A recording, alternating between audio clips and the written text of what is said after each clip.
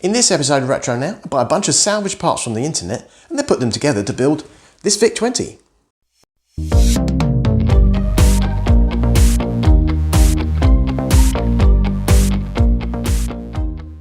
In the last episode of Retro Now, I built a Commodore 64 using spare parts that I bought off the internet.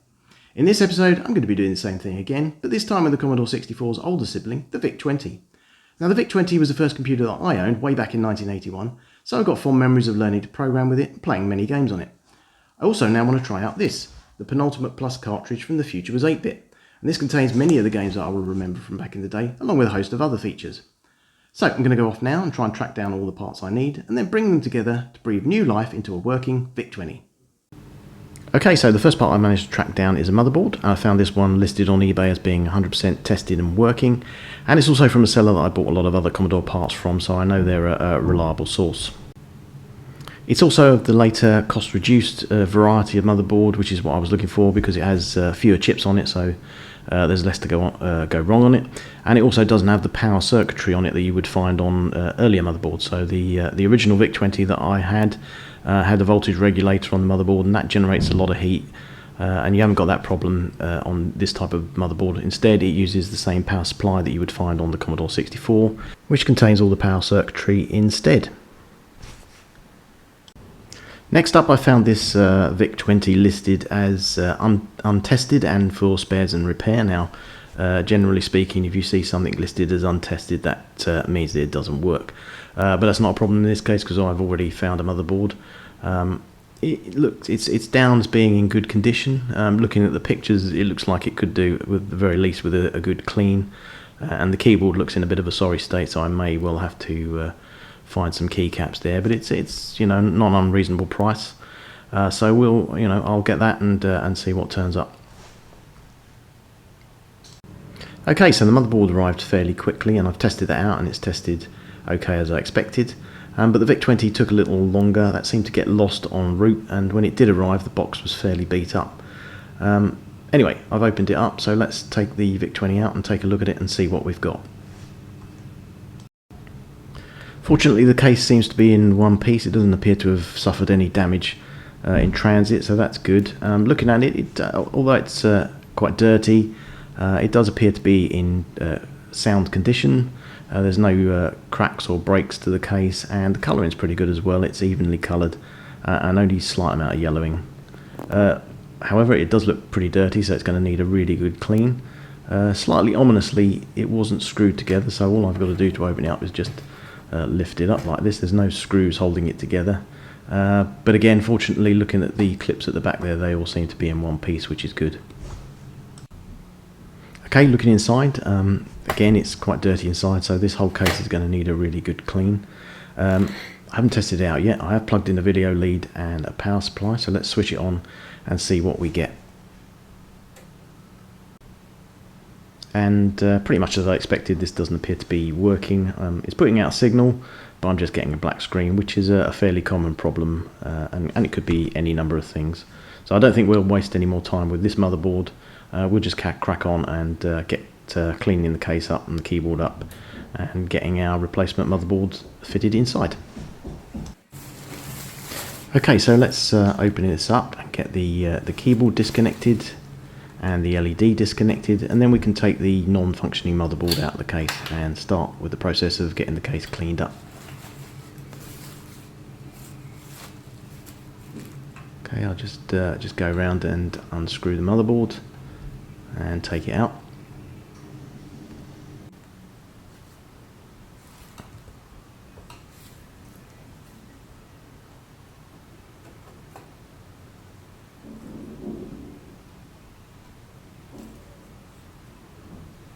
Okay, I'm just going to put this motherboard aside for now. I will look into getting it fixed at some point and having it as a spare board, but for now I'm just going to store it away.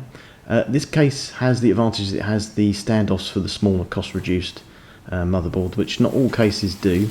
And even some of the earlier cost-reduced boards were on an RS shield that had a larger footprint and fitted onto the same standoffs as the larger motherboards. Going to remove the keyboard now.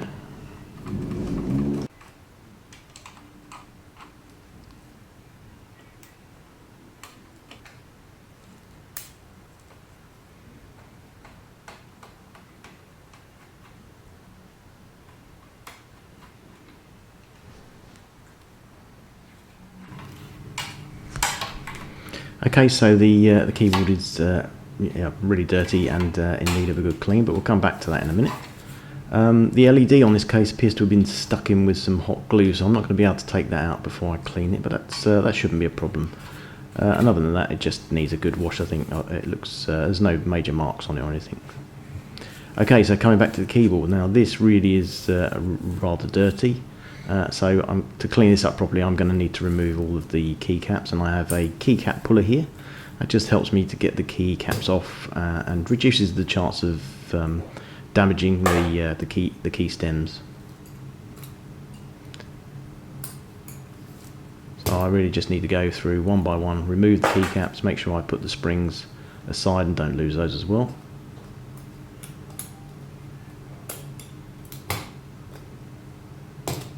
It's just a stubborn key there. The keycap puller works better with the standard size keys and a bit more difficult to use with the larger sort of function keys and return keys. Okay, now I'm sort of halfway through. You can see really how dirty the underside of this keyboard is, so how important it is to get these keycaps off and give it all a good clean.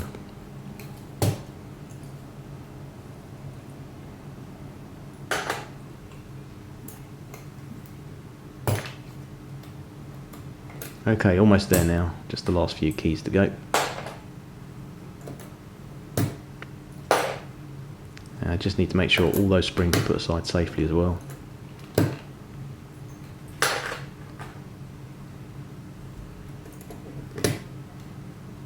There we go, that's the... So if I go on the shift lock there, I do love a clicky shift lock. And the last one to take off is the space bar. A thing to note about the space bar is that the spring on that is slightly larger than the springs on the other keys, so you need to keep that separate.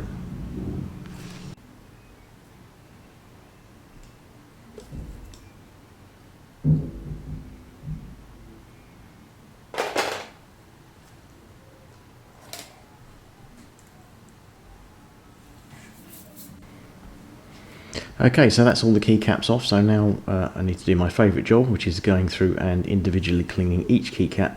I'm just using some hot soapy water here and an old toothbrush. I really just need to go through and clean each one individually and then make sure it's thoroughly dried.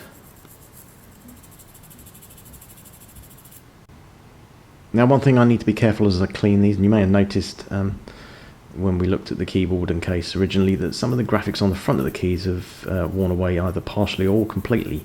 I just want to make sure as I clean these ones that I don't make that situation any worse.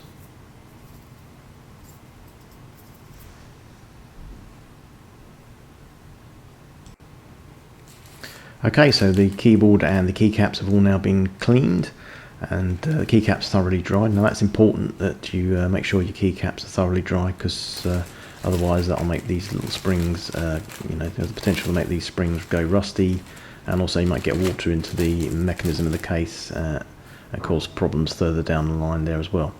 So it's just a case now putting each of these springs on individually, and we'll speed through that. And then once they're on, I can start putting the keycaps on. I've already lined those up in order, so it's just a case of going through now and clipping them back onto the keyboard in the correct order. And again, we'll just speed through that process. And there we are, all done. And that looks much better, even though some of those graphics on the front of the keys are missing. Overall, it looks a really nice clean keyboard.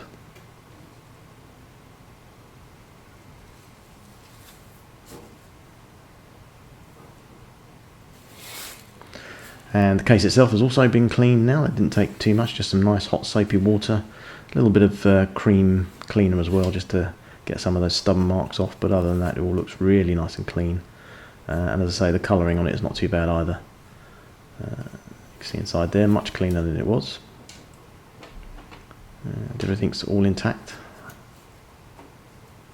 which is good. So now it's a case of starting to put everything back together again now. I'm going to start off with the keyboard. That just screws back into the top of the case here.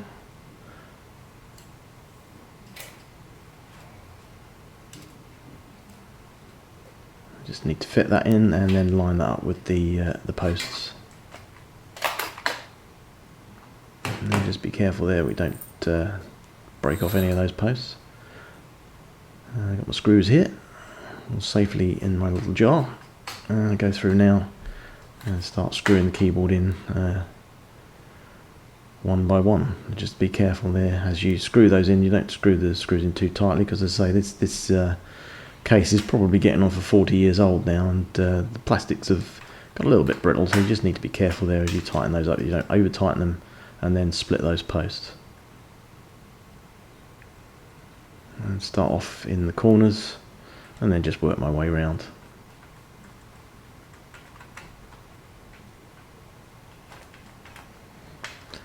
And there we are, almost done. Just go around and give those screws a last little tighten up. And again, say don't over tighten them, don't want to split those posts.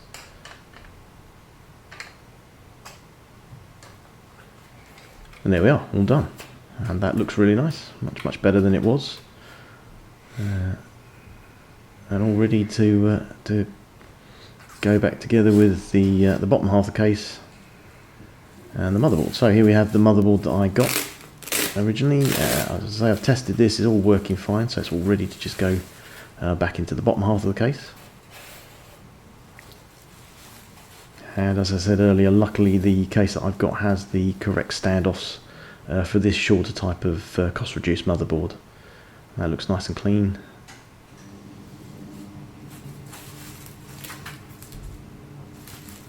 And we just get the bottom half of the case here.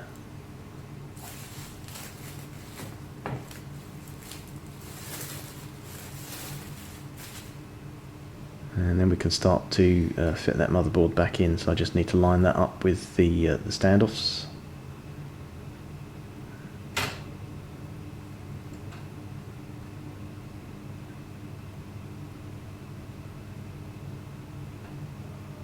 There we are, and then I just need to then go around and screw this motherboard in using the smaller screws I've got.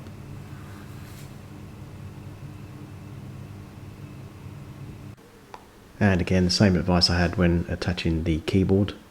These need to be screwed in just about tight enough to keep the motherboard safely in there, but don't over tighten, because these standoffs, they will break off quite easily.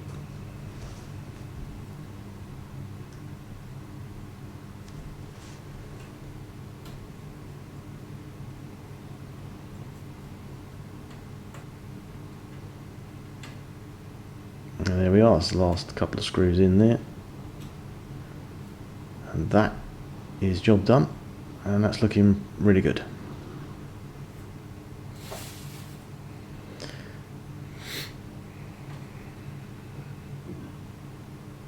There we go, very pleased with that.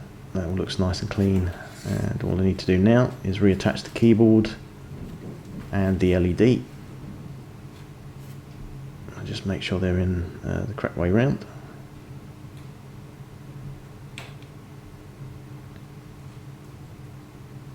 And there is a notch on there, so you can get the keyboard the right way round. I think one of the pins there is just slightly bent, so I just need to gently push that down, make sure I don't bend the pin anymore.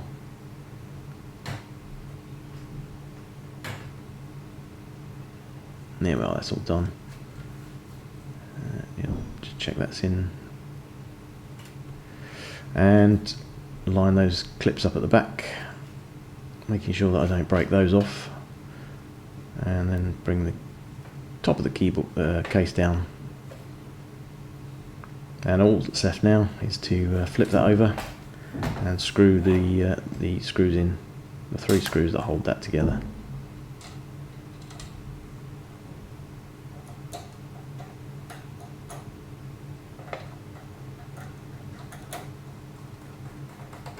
Again, same advice,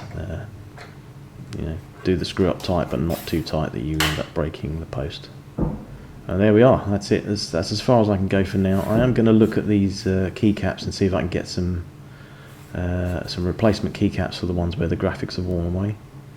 But other than that, it all looks good.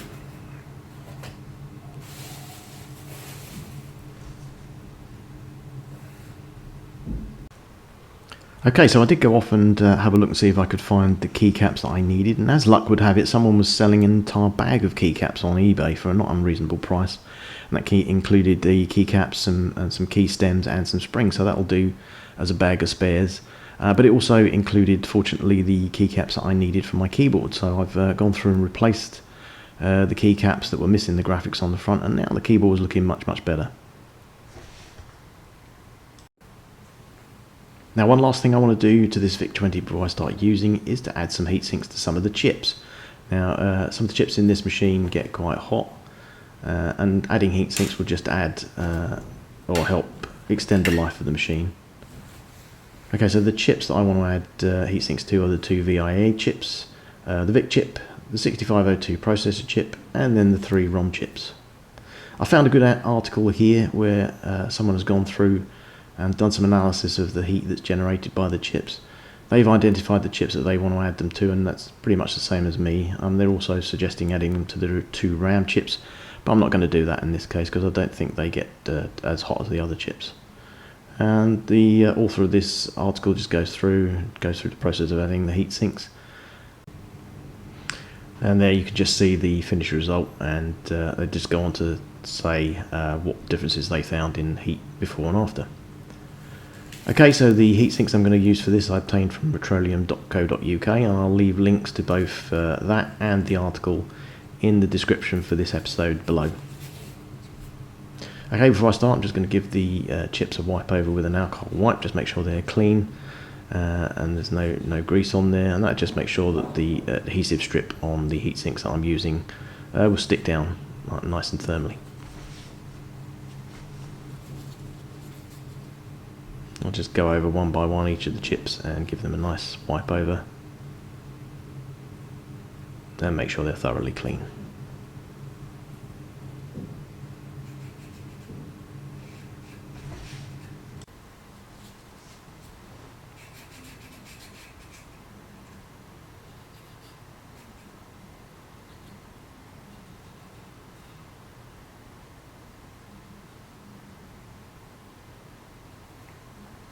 Okay, so that's all done. I just need to let that dry off for a second. The heat sinks I'm using use self-adhesive strips, but you can also get ones that use thermal glue. I'm not going to use that on this occasion because that does take quite a long time for the heat sinks to set hard. Whereas these self-adhesive strips, you just need to hold them down for around 10 to 15 seconds and then it's done. Okay, so I'm going to start with the VIA chips. I just need to line that up carefully. And then once it's lined up, just press and hold it down in place, as I say, for about 10-15 seconds. I've just got a little capacitor there I need to move out of the way. Yeah, just apply pressure down onto the heat sink on the top of the chip, and then it should be done. Okay, so now I'm going to add a heat sink to the second VIA chip. Again, line it up and then press it down on top of the chip and apply some pressure to the top of the heatsink.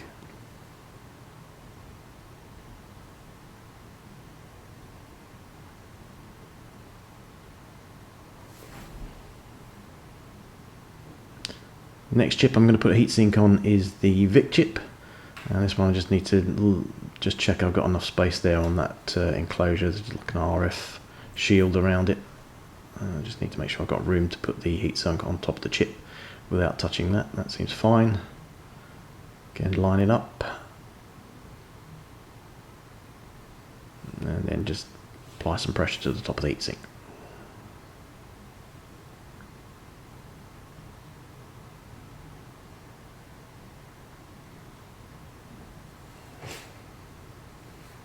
Okay, the last chip I'm going to do with these larger heat sinks is the 6502 processor.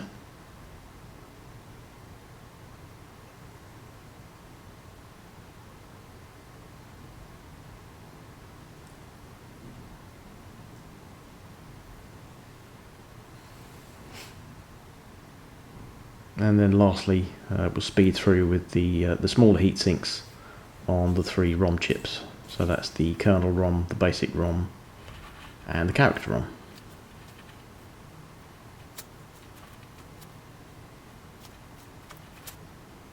And there you go, you can see the finished result. I have gone through and just applied a pressure to all of these again, just to make sure they're all nicely stuck down, that they don't come loose once I put the case back together again. But there we are, that's all done. So all that's left now is for me to reconnect the keyboard and the LED, and then put the two parts of the case back together again, and we have our finished VIC-20.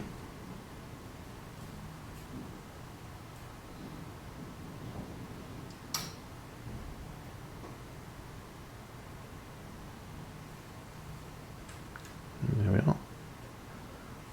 Just unsnag that clip from the cable and just carefully bring that down without breaking those case clips at the back there, and it's all done. Just need to screw that back together and we're ready to go. Okay, so now we've got this all back together, I've plugged everything in, I've got my joystick ready, and we can try and see whether this powers up. Which it does, yeah. As I say, I tested the motherboard prior to putting it back in the case, but it's always a nerve-wracking moment when you've got everything back together and you need to test it all out.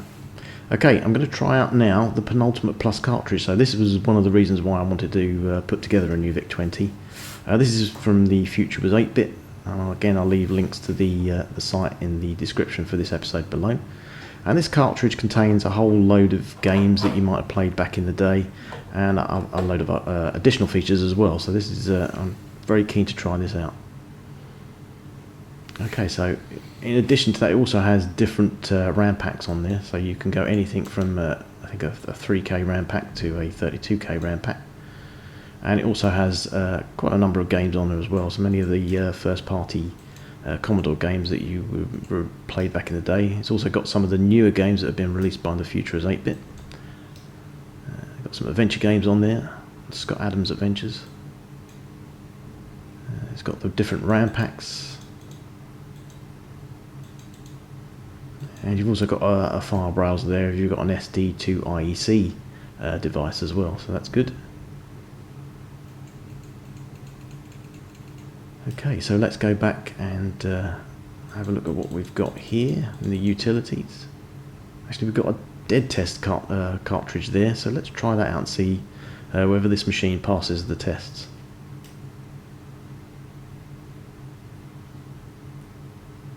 Okay, so this is now going through testing the RAM. This is quite a slow process, so I'm going to speed things up. I'm going to speed it up 10 times. Just see if it goes all the way through. So far, so good.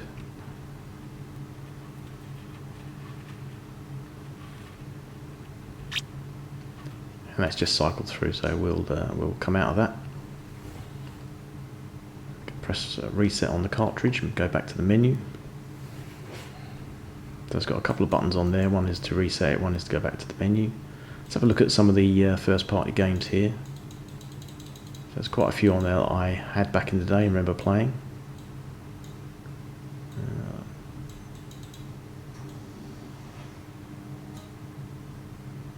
So let's go back and start off with Jelly Monsters. That was certainly one of my favourites back in the day, and that's Commodore's clone of Pac-Man. This is back in the days when you could, when the copyright laws were a little bit less well defined, and companies could get away with cloning games like this. And this is a pretty, given the specification of the VIC-20, this is a pretty good clone of Pac-Man. I remember spending many hours playing this. I was certainly better back in the day at playing it. But then I haven't played it for like 30 years.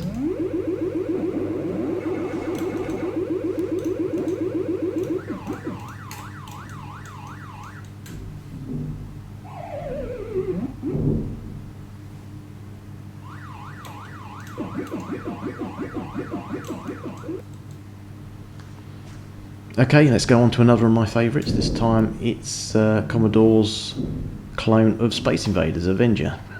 Again, a very good example of an arcade game on the VIC-20. Very playable.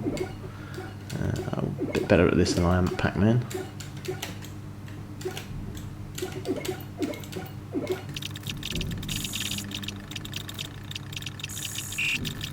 Yeah, speed our way through the first level. There we go. Now the last game I'm going to try out is going to be Radar Rat Race, and again this is Commodore's take on an arcade game. This time it's Rally X, but instead of cars in this game you're playing a rat. You need to run around the maze using the radar to locate the cheeses, all the while avoiding the bad rats and the cats.